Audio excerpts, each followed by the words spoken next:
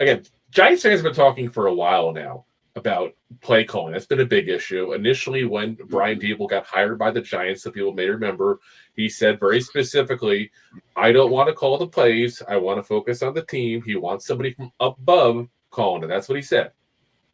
But then his ego got the best of him. Play calling got taken away from Kafka. Then it got given back to Kafka. Then it got taken away from Kafka. Then at one point in 23, even gave the play calling abilities to Shea Tierney, the quarterback coach, even for a short amount of time. Last year, he pretty much called the plays from the get-go all the way through there. Well, that's not one of the things they were talking about. Is are the Giants going to go ahead and give the play calling ability back to Kafka, who quite frankly needs to have it?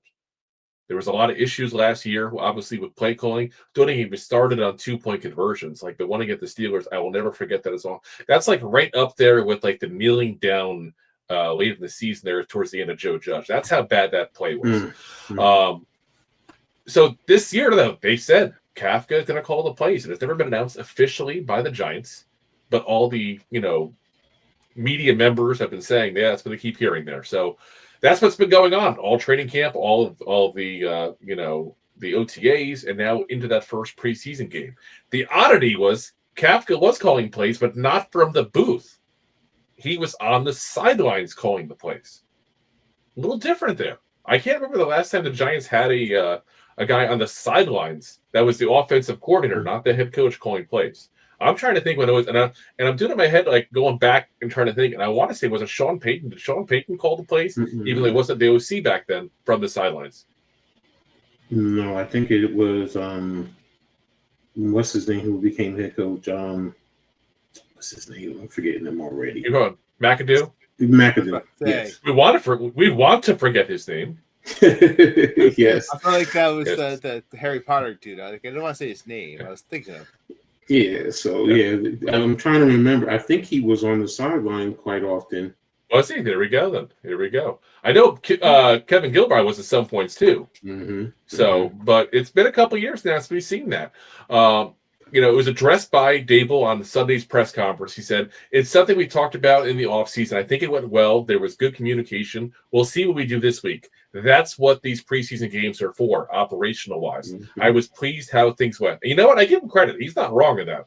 People forget. Like, it's a preseason for everybody, not just the players. Let me be the first to assure you guys, if you watch the game, it was quite obviously preseason for the referees, especially trying to figure out the yardage. Because that one that they pulled out the electronic sticks for, instead of actually pulling a chain, it felt like it took half an hour to figure out if it was a first down or not. And we all knew it wasn't a first down. We all knew. Like, it was a good 3/4 of a yard, at least, away from being a first down still. They just wanted to try to use their fancy new toy, their electronic chain there. It's also preseason for electronic toys. Like, yes. I'm a little concerned of where you're about to go with this, Rob. We're not merging WNBA coverage, are we? I'm just making sure. Oh my! I know. Did you see their spanning purses and wait, what? They're banning baggage. Not just purses, baggage going into the NBA. WNBA. Are you suggesting they're banning sacks at the game? They are. Somehow those toys will keep sneaking in.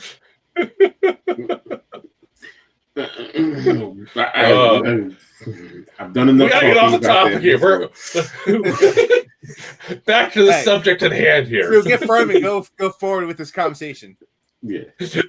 Out of that one, back to the other thing here. Anyway, he was asked more about. He said, "I think it's an individual preference. I think there's probably pros and cons for each spot. Calling upstairs versus calling downstairs. There's different things. You're less emotional when you're upstairs, more calm environment. You can see maybe more a part of the field a little bit better. So."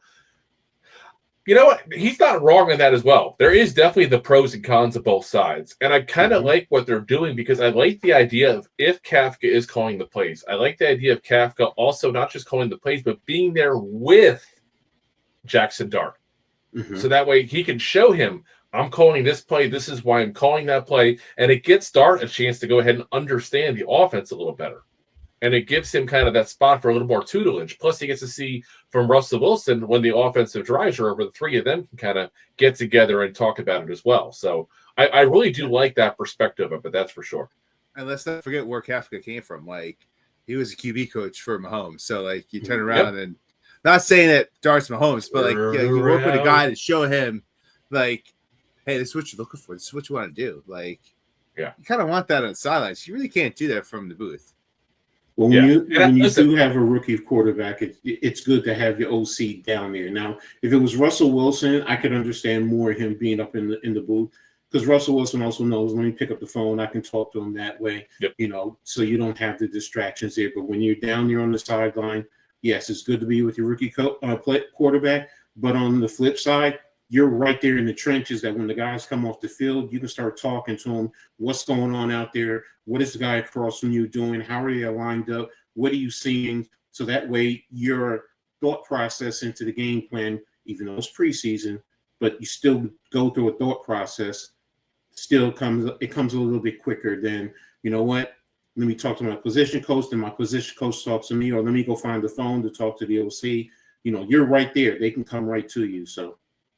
Yeah, and I feel like make a great point, because that was one of the biggest takeaways. Like, we picking about the draft is, can he read the field? What's he picking up on the field? Is he slow processing? So when you have the ability of your offensive coordinator that was a pretty good QB coach come over and start talking to you right away off the field, hey, what did you see? How did you see it? How did you process that? And that really sharpens those. And it's not even bad plays either. It's coming off of good plays. Hey, how did you read that? How did you get that conclusion? Exactly. That's what you want to look for. Yeah. And what I like about it, too, is the fact that he can also see Dart's face. Because, listen, we all know at some point Dart's going to go on the field. Like, that's going to happen.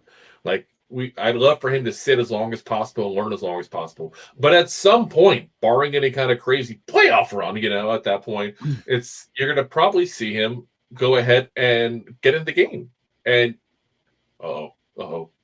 playoffs! But he's going to want to go ahead and win a game. And Kafka want to have and see his face, see his eyes, and see what actually is going on in this kid's mind. You can lie on the phone. That's very easy to do. Let's be honest. How many of us have dealt with somebody and you think you're getting into an interaction because of a phone conversation, and you get face to face, and it's completely different. We've all been there. It's a nice thing to be able to see this kid's face like that. And guys, there'll be other people obviously upstairs. Like, it's not like they're to give the upstairs part of it away. Daboll was asked about that. He said, we have a number of guys, we have a big staff, so there's a number of guys that are upstairs. Again, I thought the communication really in all three phases was good. The information, and again, that's what these games are for. We haven't coached in however long it is. We have new people on the staff, and that's what part of these games are for too. It's so we get aligned and make sure our communication process is right for our players. So, yeah, I like the move. I think it's a good move overall for the development of Jaxson Dart, number one. But I also think the other thing we should probably mention this as well is this probably also keeps Daboll in the fold a little more and probably eases him from, trying to rip the reins back off of Kafka. Because you can say it's more collaborative when you're right next to the guy who keeps trying to take that, away from you, Good point. I mean, in terms of calming Daboll down, because I understand sometimes he gets emotional. And yes, you're right. You get tempted and you know what, I'm taking over, and I'm doing what I got to do. You turn your headset off when Kafka's trying to speak, and you make all the calls right then and there. So, but when he's on the sideline, it also stops confusion with the players, because now the head coach and the OC, you're not going to battle on the field in front of the players. You're just not. So you're at least going to say, let's do it, let's handle it during the week if you want to make changes at that point in time. But yeah, excellent point. And seeing Dart, a rookie quarterback, never even thought about that. That's a phenomenal point. Yeah, like I said, there's a lot of benefits, and I really don't see a downfall as long as you. And I mean, when I say you, I mean you as Kafka. If Kafka trusts the people upstairs, tell him what they're seeing. That's the only potential bad dynamic of that situation, But I got to imagine, and correct me if I'm wrong, but if I remember correctly, Shea Tierney is usually up there, and he's been with them the entire Daboll era. So now you're talking going into year 4. So those two, you don't really hear much about Shea Tierney and as far as relationship with Kafka specifically, but you have to imagine going into year 4, there's at least somewhat of a working relationship at that point where those two should be able to function in that regard. So I really don't see the risk. I like it a lot. And like I said, the big thing for me, even above the Dart thing, like I said, is them potentially keeping the ego and the attitude of Brian Daboll in check. Because love it or hate it, that's just part of who he is. And we're going to love it when he's winning, and we're going to hate it when he's losing. Let's be very frank. That's what happens. Everybody in 22, when he's going nuts to the sideline, was like, oh, this was great. That's my coach. Look at him getting all fiery and yelling. Yeah. But as soon as we started losing, like, that guy can't control himself. Like, it's the same reaction, guys. To me, it's always how. Whether you're winning or losing, how. I mean, if you're too maniacal and you're totally losing, I don't care if you're winning by 100 points. You know, that's going to come back to bite you. I've seen it so many times throughout my career, and I get where you're going, but no, if I don't care if you're winning, if you're out of control, it's going to come back to bite you. So, and I admit I've been very harsh on him because that's one of my things. You know, yes, I've thrown clipboards on the sideline, but then again, I can calm down and I can pull the guys together and I can say, this is why. This is why I went like this. And then that should be the end of it. So is it just me, or is it clipboard should be in the shape of like boomerangs? So when you throw them on the sidelines, they come back to you. Just throwing it out there. It'll throwing it out there as an option. Yeah, it might stop. Let's throw throwing it. Yeah, you're right about that. I'm going on Shark Tank with this. I'm going on Shark Tank. Do. But Coach, you're absolutely right. And listen, and as a coach, you know, every person's different. Like, you can't always. Some people need that aggressiveness. They need that thrown in their face. But you also have to baby some people and change their diapers and to throw them back on the field. That's just how you get the best out of some people. Like, this is how you coach. And some people you just have to be very analytical with. They're just like, hey, this is what you did. This is how it goes. That's it. No demeanor, no change. Just go on your way. Like, that's life in any management position. That's what a coach is. A coach is a manager. You are managing your employees. Those are your employees. And every time anybody who's been in any kind of management position knows you can't talk to every single person the same way. They're going to react differently. You have to figure out, and it's almost like a relationship. Like, you're kind of figuring out like their love language, so to speak. Like, you're trying to figure out what do they respond to. And also at the same point, what do they shut down to? Because you want to make sure if you do that once they shut down, you don't do that again. And everybody's got their different mentalities like that, and you got to learn the personalities. And that's one of the hardest things of being a leader, whether it's as a player, as a coach, or as anything in life in general, is trying to figure out how to motivate people in different ways based on what actually does get them motivated. Yeah. So, all right, guys, let's get to the comments real quick, and then we're getting to Daboll talking about stuff that I'm just too old to even know about, apparently. So, some of y'all might need to still even know what it is. I got to be honest with you. I looked it up, and I'm still not sure I know 100% what it is. That's how old I am.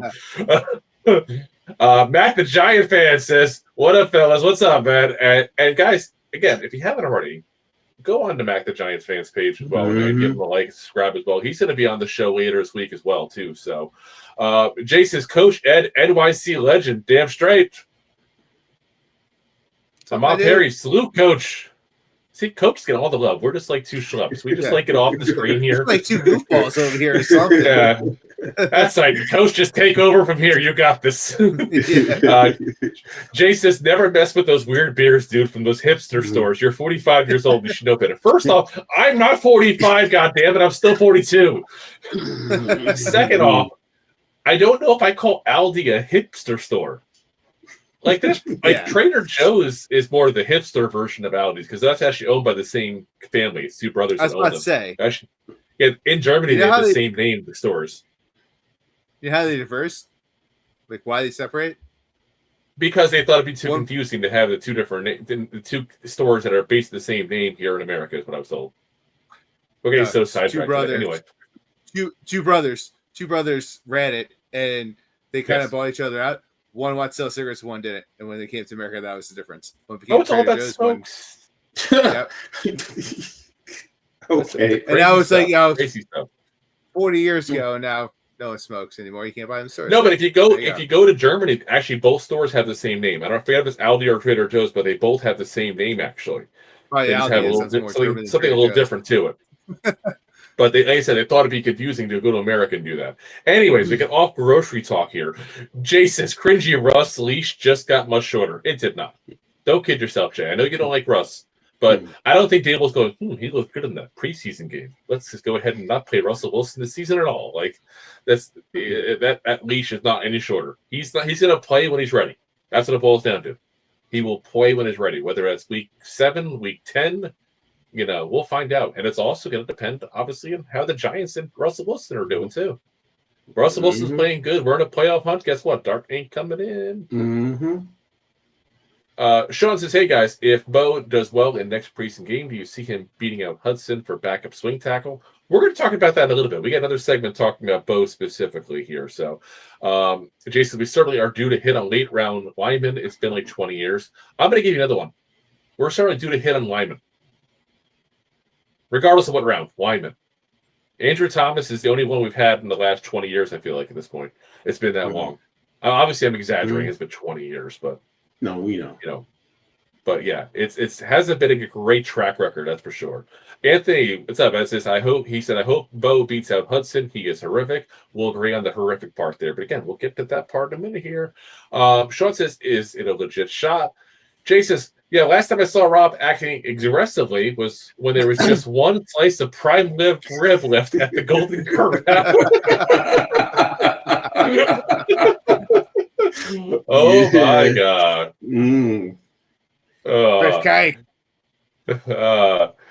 Ghost Dogs Big Talk. What's up, man? He says, your peace and salute to Drew, Rob, and Coach. See, he didn't exclude us. Enter the chat. Giants 83. Watch out for Thomas Fedone. He could be, if he stays healthy, he could be a huge weapon. That's a big if, guys. Again, 2 ACL tears saved me. That's a ticking time bomb waiting to happen, guys. I think for him, it's going to be a very short career because eventually you're playing in MetLife. You know what you're probably going to do? Tear an ACL. I hate to say it, but that's what we do. Now it's our Achilles injuries, too. That's the new one. Maybe one day we'll convince the Giants to get grass. Probably never. Yeah, grass. Probably never. Yeah, exactly. So, but one day, hopefully. Anthony says, Jay, you have to accept that Russ is our quarterback for the start of the season. Thank you, Anthony. And then Ghost Dogs Big Talk says Bo is looking more and more like a late round steal. Anthony says, I don't think Fedone will be a weapon, maybe a tool. Yeah, I mean, I guess it depends on how you want to use the terminology. I don't think he's going to be a star, that's for sure. It's just will he be a legitimate backup tight end? He had some impressive catches, but again, it's one preseason game. It is. It's only one preseason game, but also remember, one of the most important tools out there is called the hammer. And if used incorrectly, it's also a weapon. So it could be both. That's true. People have died by getting hit in the head by a hammer, I've heard. I have not been around it. Listen, Coach, if you're by the way, I wasn't sure the murderer. You'll find out very fast. Yes. In part 2 of Two Giant Goofballs. I've seen a lot in my lifetime, so trust and believe. Oh, yeah. Deb says, people need to pump the brakes on Dart. It's one preseason game, but plays designed for him to be successful and build confidence. Exactly. If you notice, he really didn't throw it down the field very often. He counted on a lot of yak yards. And again, not trying to take away from the kid. Great game. But if you take out the touchdown throw, which obviously is the most important throw, he almost got intercepted once, which are changed to the whole entire stat line. And most of his yards, a lot of it was yards after catch. So Jay says, stop being a hater, Deb. She's not being a hater. She's being a realist. There's a difference, guys. There's a difference. All right. Thanks for watching. Like the show? Of course you do, or you would have turned it off by now and not be hearing me. There are plenty of ways to support the show. YouTube is the best place to join us, and we offer memberships there with fun benefits like custom emojis and early access to video clips. Of course, there you can also send super chats and stickers to send one-time support payments. The best way to support the show is to buy these drunk idiots beers at buymeacoffee.com/2giantgoofballs. Along with one-time support payments, there are also monthly plans, so you can continue to help kill their livers each month. You can also show people that you are a goofball by visiting our store at 2giantgoofballs-shop.fourthwall.com. We got everything from shirts, hats, phone cases, funny candles, buttons, stickers, and even a 2 giant goofballs towel to dry off your goofballs. Of course, you can always support the show for free by simply hitting the like, subscribe, and share button wherever you are watching or listening to this. Hit the thumbs up on YouTube. Leave a 5-star review on Apple Podcasts. It helps the show tremendously, and quite frankly, the goofballs suck at marketing and need your help to get the word out. Thank you for being part of the Goofball Army and for taking the time out to support the show. If you like that clip, then you will love the full episodes too. Find us on your favorite podcast app and look for us on all your favorite social media platforms. Thanks so much. Please, I'm begging you. Please subscribe.